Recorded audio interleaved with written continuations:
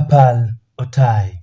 Hivi karibuni ikiwa umepita katika mitandao ya kijamii kama Instagram au TikTok, bila shaka umesikia wimbo maarufu unaotumika zaidi kwenye Reels uitwao Papal Otai.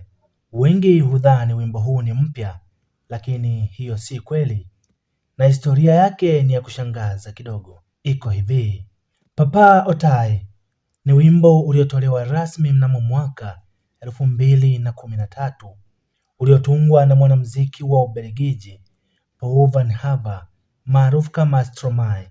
Huenda ukajiuliza, Paul Van Haver ni nani hasa? Paul Van Haver ni mwanamuziki na mtunzi wa nyimbo na mtayarishaji wa muziki kutoka nchini Ubelgiji aliyezaliwa Machi 12, 1985 katika mji wa Brussels, Ubelgiji.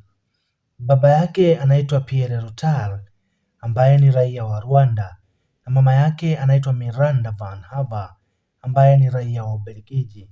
Paul Van Haver ana uraia wa Ubelgiji na sio wa Rwanda kwa sababu alizaliwa Ubelgiji na maisha yake ya utotoni pamoja na masomo yalikuwa nchini Ubelgiji. Hivyo, kwa sheria za nchi hizo zinasema kuwa mtoto anayezaliwa nchini humo na mzazi mwenye uraia wa nchi hiyo basi hupata uraia wa nchi hiyo moja kwa moja, kama ilivyo kwa Papal Otai. Papal Otai ni kifupi cha maneno ya Kifaransa Papa Otes, yani baba uko wapi? Wimbo unaomwelezea Stromae akiomboleza kumpoteza baba yake Pierre Rutal ambaye aliuawa kwenye mauaji ya kimbari nchini Rwanda mnamo mwaka 1994.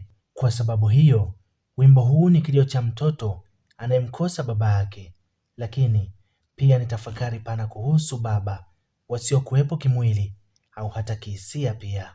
Mwishoni mwa mwaka 2025, kampuni ya teknolojia ya AI akili mnemba ya Fake Colors ilitengeneza AI cover ya wimbo huo wakiubadilisha na kuupa ladha ya Afro Soul iliyofanya watu wengi zaidi kuupenda na kuutumia zaidi kwenye mitandao ya kijamii.